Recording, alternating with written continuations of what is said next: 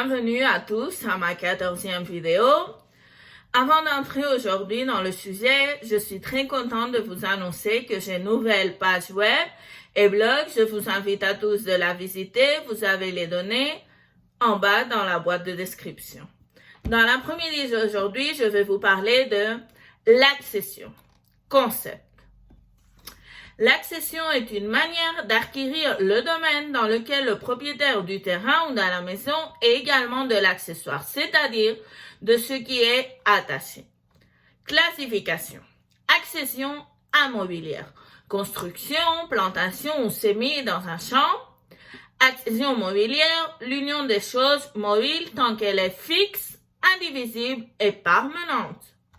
Principe qu'on applique à l'accession. Le premier. Le principe de mon foi. Deuxième, de même le principe de l'accessorium sequitur principale s'applique, c'est-à-dire que l'accessoire suit le principal. Donc, l'accessoire sera le propriétaire de la principale. Troisième principe, enfin, le principe superficies solo cedit, c'est-à-dire ce qui a été planté, construit ou semé, si c'est de surface étrangère, appartient au propriétaire du terrain. Accession immobilière, différentes hypothèses. L'utilisation de matières étrangères. Le propriétaire du terrain utilise les matériaux d'intérieur. Qu'est-ce qu'il passe? Le propriétaire doit payer sa valeur et s'il s'agit de mauvaise foi, également obtenir réparation. Le propriétaire des matériaux, qu'est-ce qu'il peut faire? Il peut les retirer dans la mesure où ils ne compromettent pas le travail ou sans la construction, les plantations ou les semis qui périssent. Celui qui construit, plante ou sème sur un sol étranger utilise les matériaux d'un tiers de bonne foi. Le propriétaire du terrain doit en payer la valeur uniquement lorsque celui qui l'utilise ne peut pas payer.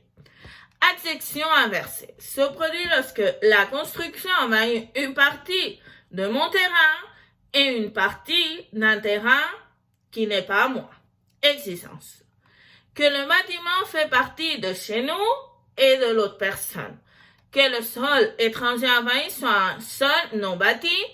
Que la construction est fixe et indivisible. Que sa valeur est supérieure à celle du terrain envahi. Et enfin, que la construction soit faite de bonne foi. Si elle est faite de mauvaise foi, on perd le bâtiment et le propriétaire du terrain envahi, il peut demander ce qu'il coûte sa destruction. Si le constructeur et le propriétaire agissent de mauvaise foi, c'est très important parce que c'est comme s'ils agissent de bonne foi. On continue. Construction, plantation ou semis réalisés dans les terres des autres. Bonne foi de la part du tiers. Le propriétaire a deux options. La première, on peut approuver le travail aussi longtemps qu'on paye la compensation. Et deux, obliger celui qui a fait les travaux ou planté à payer le prix du terrain et celui qui a sémi à payer le loyer. Mauvaise foi du tiers. Dans ce cas, vous perdez ce qui est construit, planté ou semé, sans droit à aucune indemnisation et le propriétaire du terrain peut demander la démolition de l'ouvrage ou l'arrachage de la terre plantée ou semée, très important, afin que le terrain revienne à son état primitif.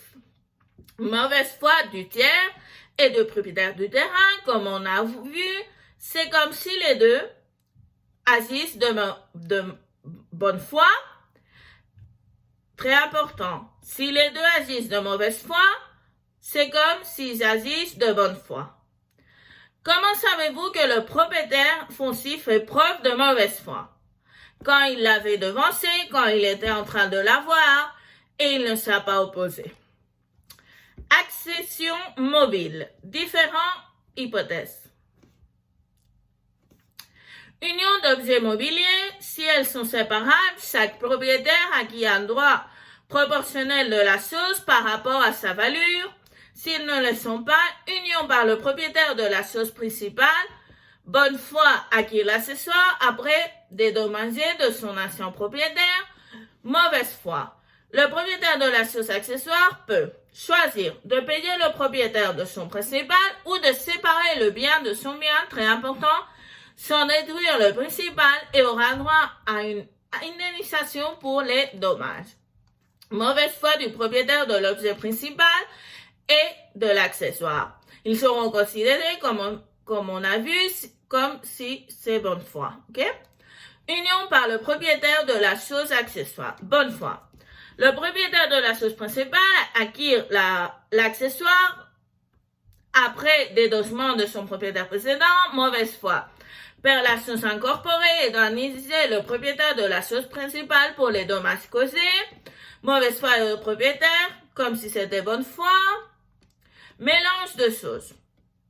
Deux cas. Le premier. Mélanger à l'initiative d'un propriétaire ou par hasard. Le propriétaire doit être de bonne foi. Okay? Chaque propriétaire acquiert un droit professionnel à la partie par le rapport de sa valeur. Le deuxième cas. Ce mélange est fait de mauvaise foi. Vous perdez la chose et vous devez indemniser l'autre propriétaire des dommages causés par le mélange. Création d'un nouveau travail d'espèce. Bonne foi de qui utilise les matières étrangères, il endosse le travail en déduisant la valeur de la matière au propriétaire de la matière.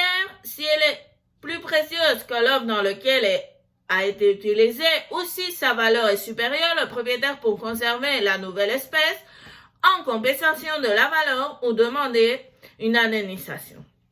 Mauvaise foi de la personne qui utilise la matière étrangère. Le propriétaire de la matière a le droit de conserver l'œuvre sans indemnité envers l'auteur ou d'exiger que l'auteur l'indemnise pour la valeur de la chose et de dommages. Ok.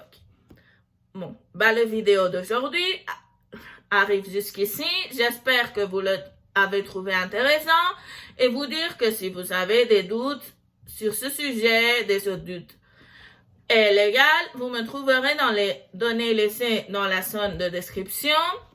On se revoit le prochain mardi avec une nouvelle vidéo. Un salut à toutes et à tous et je vous souhaite une excellente semaine.